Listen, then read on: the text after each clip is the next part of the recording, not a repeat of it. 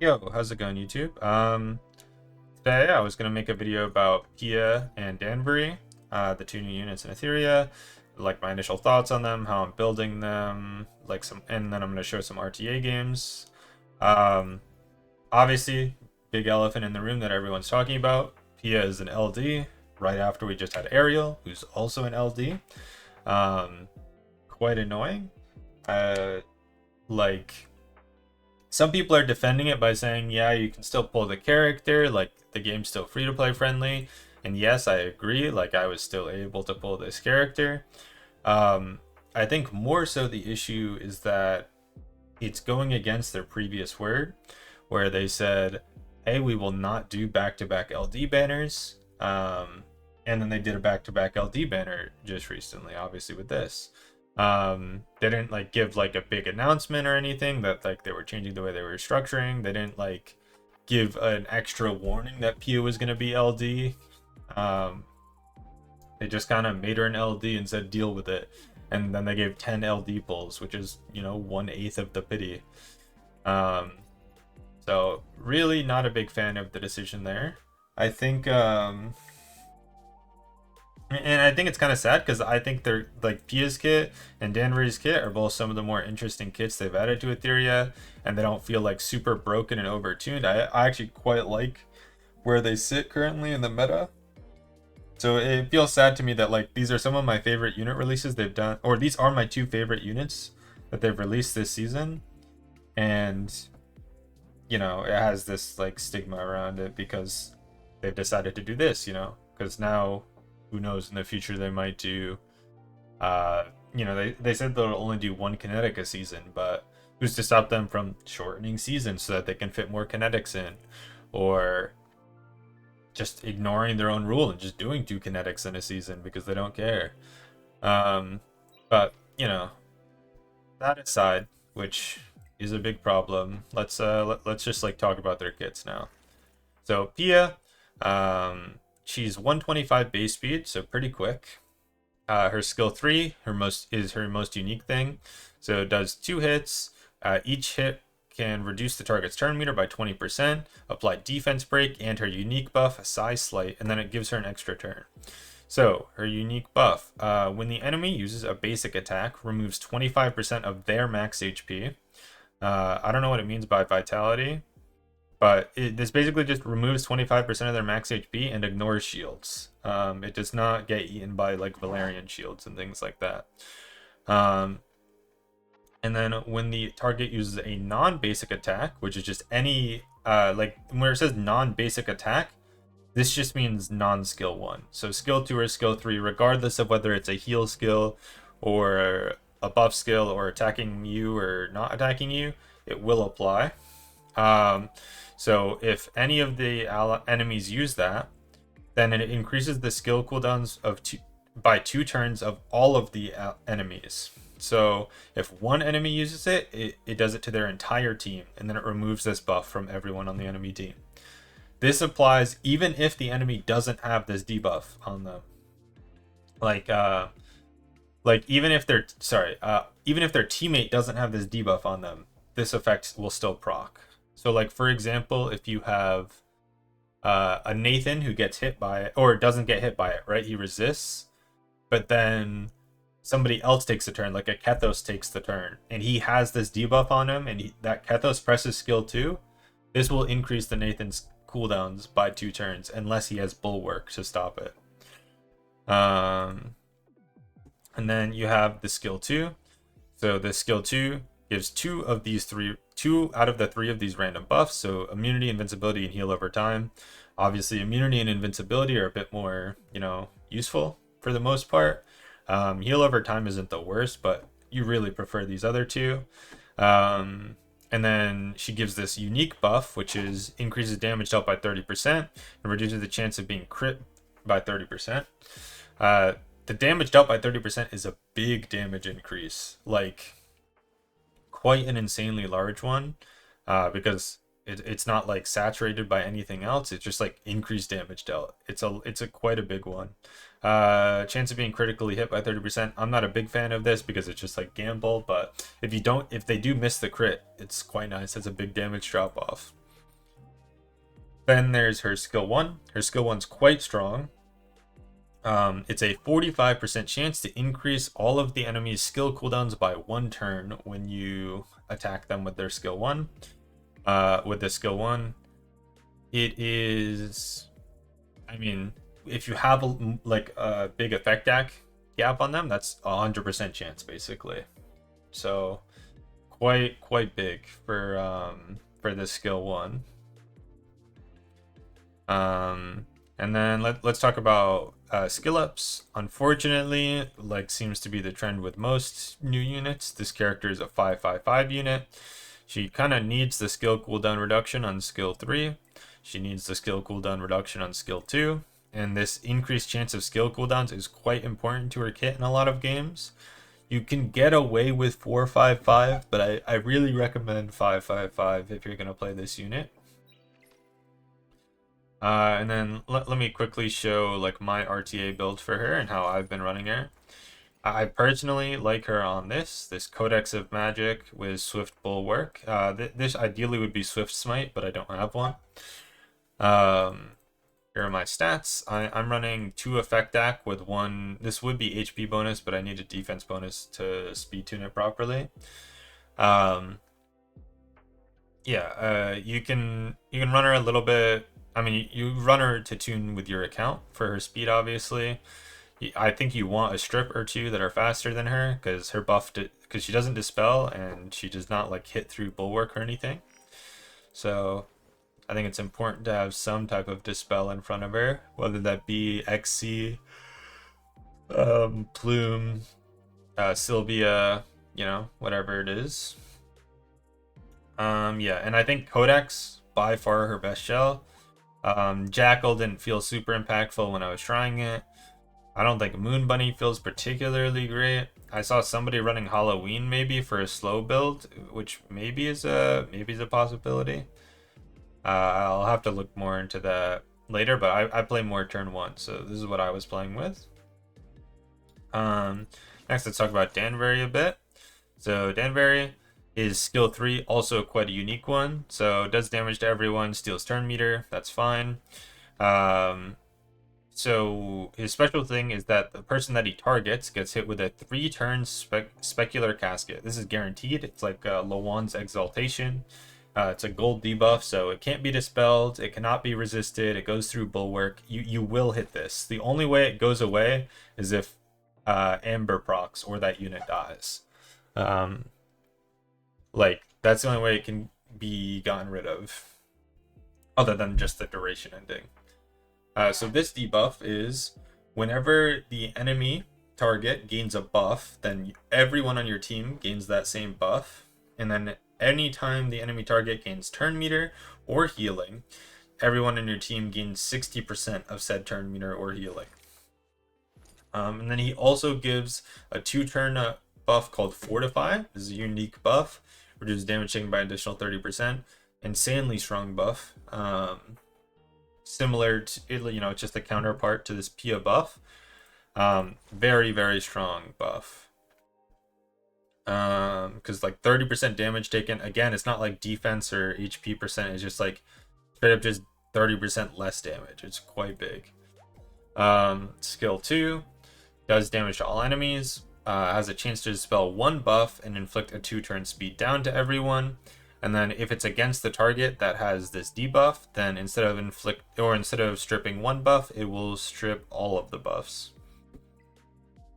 And then skill 1, it is attacks 1 enemy, has a chance to steal 25% of their turn meter. If it's the enemy that has, again, his unique debuff, then it's guaranteed to hit, and the steal effect is doubled, so he's guaranteed to land, and it's a 50% turn meter steal. So skill 1's also quite important. As for skill ups, he definitely needs level 5. You want this healing and turn meter transfer. He definitely needs level 5 on a skill 3, reduces the skill cooldown. His skill 2 is the only one where I'd say you could go without it. You could go 5-1-5, and I think he can function mostly. But I think that having this the dispel all buffs can be useful depending on who you're playing against and like the comp and stuff. As for shell and modules, this is how I was running him. I was just running him on this Codex of Magics, you know, Swift, really mostly just leftover gear, to be honest, one effect deck, 2 HP. I think he might be best on Amber or Jackal. If you're a slow player, I could see you maybe running him like a Bloodbath 8 Swift or Bloodbath Strive. And if you're, you know, a turn 1 player, you probably want to run him fast like this. The idea behind Codex, which is also not a terrible shell in my experience, was that if the enemy that you apply this debuff to dies during the fight or Amber procs or anything, and you can instantly apply this skill 3 again without really needing to worry about the uptime. But in most scenarios, he has 100% uptime unless the enemy dies, so it's really not like too necessary.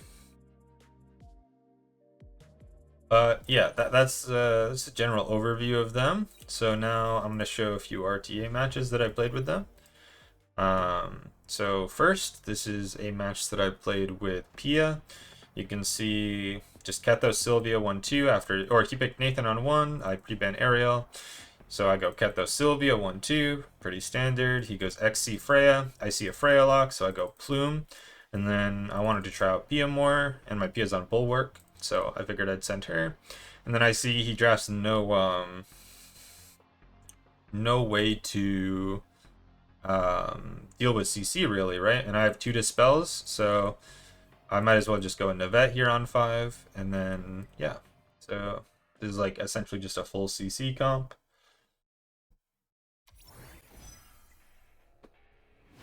So you can see he takes the first turn with his Freya, his Plume goes, he presses skill 3, which I think is a bit of a misplay for him, because then my Sylvia cuts, and I mean from here, like I essentially just control the game. Plume applies defense break, so he's not really doing much damage. And then, you know, I get these buffs and debuffs. You can see my Navette does quite a lot of damage here, because I have the damage dealt buff and I have defense break on the opponents. So, and my Navette's a triple effect deck Navette as well. She's not on attack percent or anything. You can see he one-taps her once the defense buff's gone, but it's kind of already over by this point, because I'm back to Plume or S3, and that's basically GG's from here.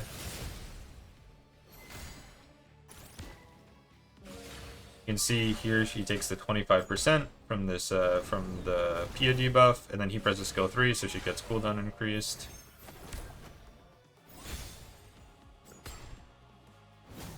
And yeah, I mean from here, nothing you can really do. Then I have this game. This is more of like a Cleave style draft here. So I took the Freya lock this time. So I go Freya, then my XC goes to strip these bulwarks. At least off of the Sharon. Then I get skill 3 with Pia. So I get the defense break and pushback. And skill 2, so I get a damage buff on my Senyu. And then I just one-shot here.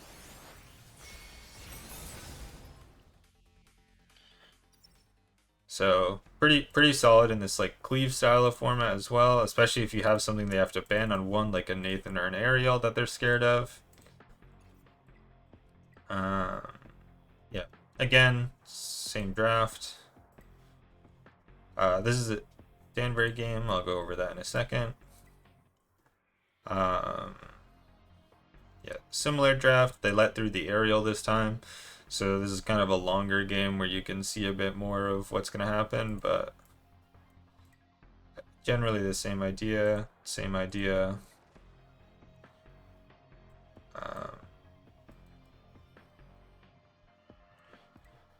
where is the draft that I had that was, it's this one?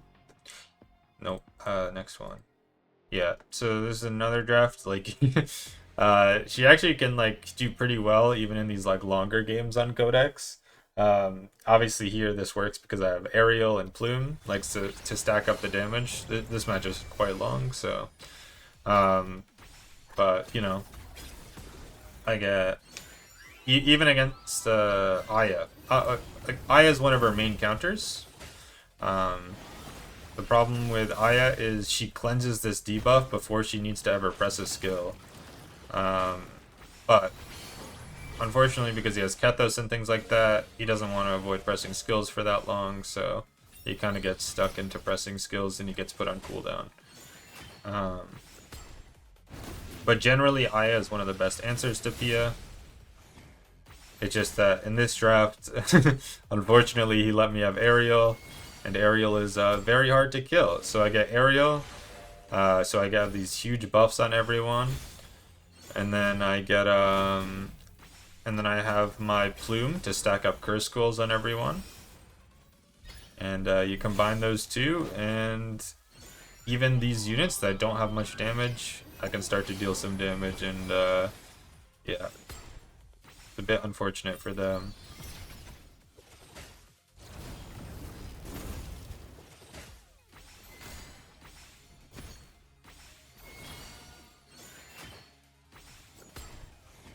And see, you know, I haven't really been focusing this Aya. She's already almost dead. There she goes. And there's a cooldown increase on the S1 again. Yep, that's just GG's. Yeah, so let's look at some Danvery games now. There's one up here against a Fushu. Yep, so here's a Danvery game I have against a Fushu. This is, I think, in my experience so far, Danvery is very strong against both Fushu and Valerian.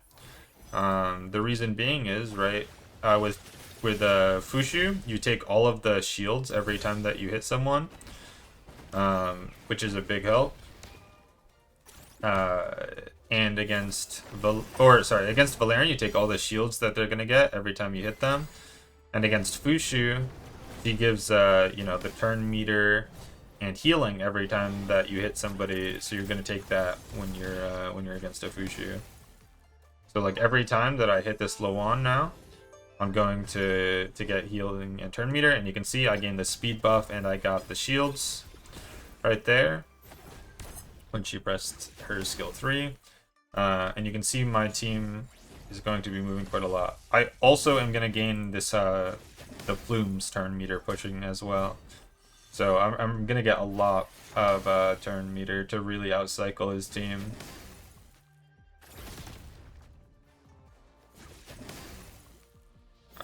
Or at least like stop him from outcycling me.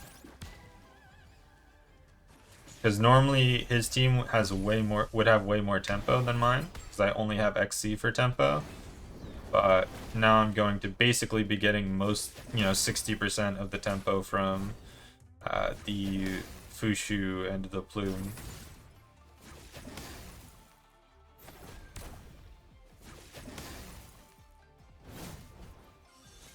And there you can see that's when the debuff disappears, when they Amber proc. It's the only way basically to get rid of the debuff, other than just dying.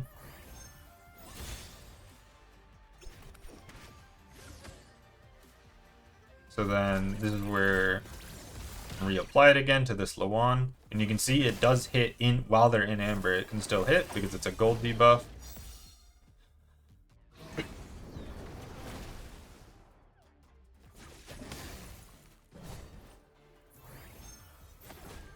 And you know, this game goes on for a while, but generally it's just like I slowly am dealing a bit more damage than he can. He can't really recover much, and it's GG's. I was able to dispel every buff that he got and everything, which helped me. I should have another Danvery game somewhere in here. I was not drafting Danvery as much as I was drafting Pia, because I do think Pia is a bit better for turn 1, and I think Danvery is a bit better for like these longer games. But here's another Danvery game. This one's against a Valerian.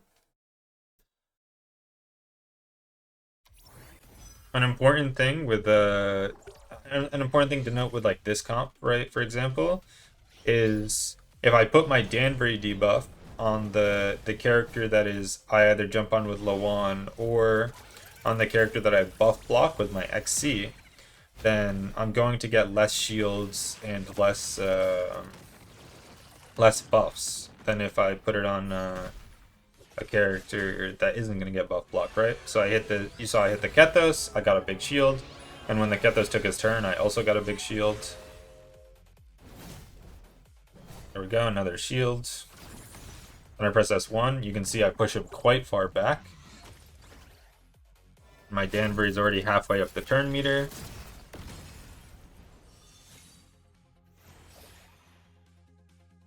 Then I have Luan, jump on Fia.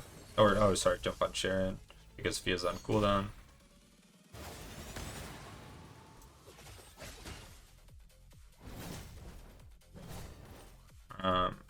And I kind of can focus this this Sharon while the rest of my team deals, or I can kind of focus other units and then have Kethos kind of just exist to passively give me shields for the game.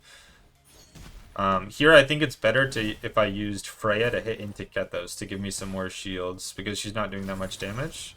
But you can see I can hit him with Danvery, I can push him quite far back, he's really not getting turns. I go Sharon. Pull him back again. See, he's just like so far from being able to get turns.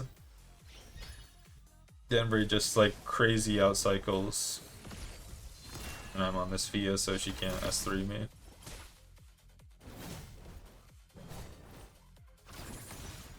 See, he hasn't even gone to take 3 turns since my initial skill 3. I never even used my second skill 3 on Danvery, and this Kethos has just never been able to take another turn. That's how much tempo control he has on the unit that he puts his skill 3 on. So it's quite big. You can basically almost lock out a unit from playing the game just by having the Danvery. Assuming that the unit is slower than your Danvery, and then you can just like crazy cycle like that.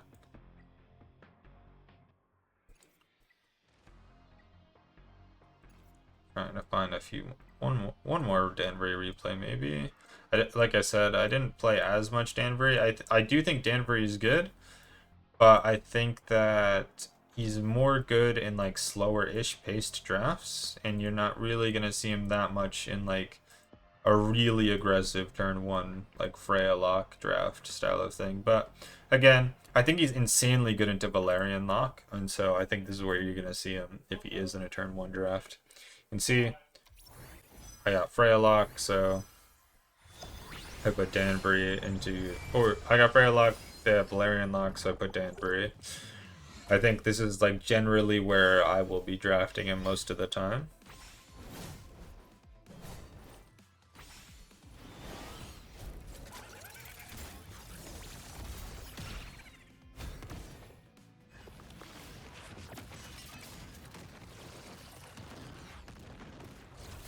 Just nice, like you can see, I put it on Nathan. You can see I gained a big shield before he got to press his skill 3, which clearly helped a lot. Otherwise, I might have been dead there.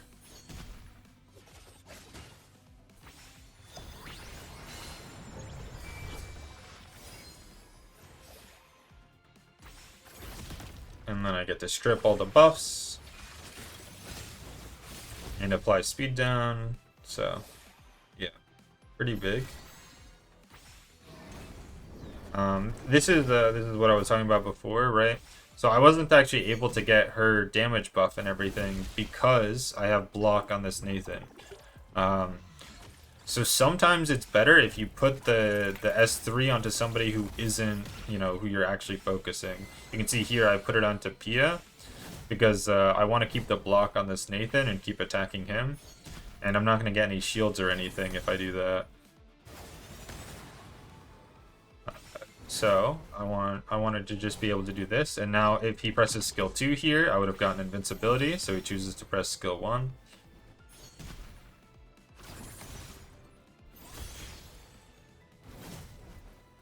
There we go, dealt with Nathan. And yeah, not much you can really do from here. See, I can kind of just kill his Pia because I can outcycle a lot.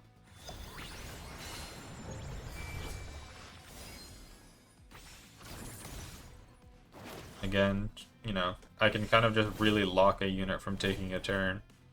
She has skill 3, so I'm kind of just like keeping her from ever getting to take turns. And then I get speed down again. He's just really... he's quite solid at like controlling a unit once you have it, and just like if you're in a draft like this without much sustain, but you see like, oh shit, like I'm not gonna be able to kill quickly into a Piayera or a Fushu, you know, that's where you're gonna pick the Danvery. But yeah, in general, I actually quite like both of these units' kits, like I was saying earlier. They're both like super unique for Etheria, at least. I don't, you know, maybe they exist in other games. I haven't played that much of like E7 or Summoner's War or anything, but I quite enjoyed the kits in Etheria, or for Etheria. She's not quite as strong as like, you know, our previous LDs, and I think some people are complaining about that, but I actually quite like where her power is. I think this is where a unit's power should be. You want like a style of unit that's like, I can pick this unit on 4-5 when I see that their starting draft doesn't have big counters to her, but she'll be insanely strong. But if you pick her on 1-2, they have counterplay. They can pick counter picks. That's the type of unit design that I really like. You know, Nathan and Ariel especially kind of don't have that much counterplay. They have a little bit, but it feels really hard to effectively counterplay them. And so it kind of leads to unfun gameplay where Pia, I feel like, has a lot of counterplay, but if she's in the right draft, she's incredibly strong. This is the type of unit that I think is good and healthy for the balance side of the game. Danvery, also similar thing. I think he's very good into like Valerian and Fushu lock, and I think he's also really good into Zhuan Qi because Zhuan Qi gains a ton of turn meter. He's not too bad into Plume either. He has some good value, but you have to pick him in a draft where he's going to get some value, because there's a lot of units that he doesn't really do that much against, or a lot of drafts he doesn't do that much against. So neither of these units is really a unit that I think you pick on 1 or 2 that often. I think these are units you pick on 4 and 5 to fill out your draft, like as counter picks, which I think is good. I'm hoping that because these units are balanced like this, that we maybe see some nerfs to Ariel and Nathan, and maybe some other units in the future. Sylvia as well. And we can continue to see some units more like this with clear counterplay in the form of, for Pia, Aya really counters her. Fiamelia on Bulwark is pretty good. Doki, if Doki's faster. And there's some, and then, you know, you can just Bulwark and Moon Bunny spam on your team as well. And Danvery's counter, you can put like buff block to stop him from stealing your buffs. I mean, if you're faster than him, he's not very strong against like Cleave or anything, because he doesn't have like any way to like steal turns or anything like that. Like, he does need to move first, right? So he's generally weak into CC and Cleave, and he's strong against those comps that, you know, they're trying to like play it slow and stall you out. But yeah, and that's my thoughts for these characters. They could possibly change in the future depending on, you know, what we see in the next few days and weeks with other builds and other ways to draft them and counter draft them and everything. But as of right now, I quite like the power level that they're at, and I hope we'll see more units around this level.